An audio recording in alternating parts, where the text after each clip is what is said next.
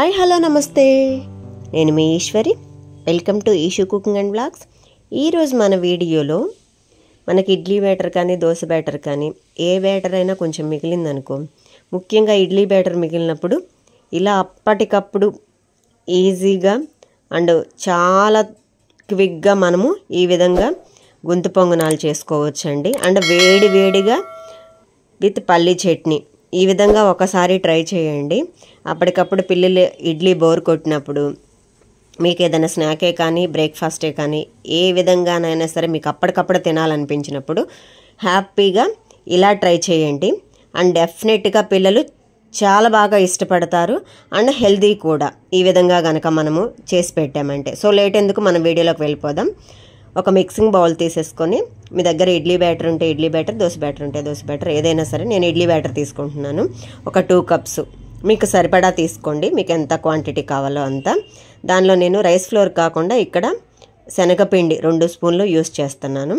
సరిపడా 1 cup finely chop చేసిన onions, 1 cup తురిమిన క్యారెట్, పచ్చిమిర్చి, కరివేపాకు, కొత్తిమీర, అల్లం ఫైన్లీ చాప్ చేసినవి ఇలా 1 by 1 యాడ్ చేసుకోండి.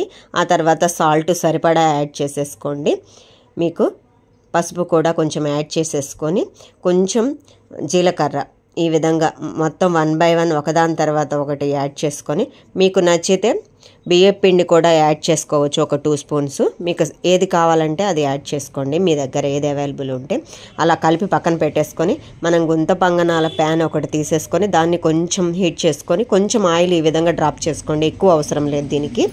ఈ విధంగా ఆయిల్ డ్రాప్ చేసేసుకొని, మనము కలిపి పక్కన పెట్టుకున్నాం కదా ఇడ్లీ బ్యాటరు, ఈ విధంగా కొంచెం కొంచెంగా ఆ పొంగనాల మౌల్డ్లోకి కొంచెం కొంచెంగా స్పూన్ తోటి వేసుకోండి, ఎక్కువ అవసరం లేదు. దానికి సరిపడా వేసుకొని లిడ్ పెట్టేసుకొని ఒక 5 minutes సిమ్లోనే ఉడికించండి. సిమ్లో ఉడికితే త్వరగా లోపలికల్లా వెళ్ళి కుక్ అవుతాయి. లేకపోతే మనం హైలో కానీ మీడియంలో కానీ పెట్టామంటే లోపల కుక్ అవ్వవు, బయట మాత్రమే క్రిస్పీగా అండ్ మనకి ఈ విధంగా కనిపిస్తాయి. సిమ్లో పెట్టి ఉడికించి మూత పెట్టి ఉడికిస్తే లోపలికల్లా వెళ్ళి కుక్ అవుతాయి. ఈ విధంగా చూడండి. మళ్ళీ మూత పెట్టేసి రెండో వైపు కూడా ఉడికించుకోండి. ఈలోపు మనం పల్లి చట్నీ తాలింపు వేసేసుకుందాం. ఈ విధంగా తాలింపు వేసేసుకొని దీన్ని మొత్తం కలిపేసి పక్కన పెట్టేసుకుందాం, ఇవి కుక్ అయ్యే వరకు. ఇప్పుడు మన పొంగనాలు కూడా కుక్ అయినవండి ఆల్మోస్ట్. రెండో వైపు కూడా చూడండి, ఒకసారి చెక్ చేసుకొని ఈ విధంగా కుక్ అయిన తర్వాత వాటిని మనము వేరే ప్లేట్లోకి ట్రాన్స్ఫర్ చేసుకుందాము. చూడండి ఎంత బాగా వచ్చినాయి అంటే క్రిస్పీగా, లైక్ మనము డీప్ ఫ్రై చేసుకున్న మాదిరిగా కూడా వచ్చినాయి అండి. అండ్ అదేవిధంగా డీప్ ఫ్రై చేసుకునే అవసరం కూడా లేదు, జస్ట్ కొంచెం ఆయిలే. అండ్ సేమ్ ప్రాసెస్ రిపీట్ చేయండి. ఇక్కడ మనం ఎక్కువ ఆయిల్ యూస్ చేయట్లేదు, అది ఒకటి గమనించండి. ఎప్పుడన్నా మీకు పునుగులు అలా వేడివేడిగా తినాలనిపించినప్పుడు ఈ విధంగా ఒకసారి ట్రై చేయండి. అండ్ అదేవిధంగా ఈ ప్రాసెస్ రిపీట్ చేసేసుకోండి, మీకు ఎన్ని కావాలో అన్నీ వేసేసుకోండి. అండ్ ఈ విధంగా ఒకసారి ట్రై చేసేసి మీకు నచ్చిన చట్నీతోటి సర్వ్ చేసేసుకోండి. నాకైనా మీకైనా ఇడ్లీ కానీ ఇలాంటివి బోరు కొట్టినప్పుడు ఇలా ఒకసారి అప్పటికప్పుడు ఈజీగా ఎప్పుడు కావాలంటే అప్పుడు మీరు ఈవెన్ బ్రేక్ఫాస్టే కానీ స్నాక్సే కానీ ఎలా కావాలంటే అలా మీరు ఈ విధంగా అప్పటికప్పుడు వేసుకొని ఏ చట్నీతోటైనా సర్వ్ చేసేసుకోవచ్చు. ఇలా ఒకసారి ట్రై చేసి చూడండి, డెఫినెట్గా మీ పిల్లలు ఇష్టపడతారు. అండ్ ఇలా ట్రై చేసి మీకు ఎలా కుదిరిందో కామెంట్ సెక్షన్లో షేర్ చేయండి.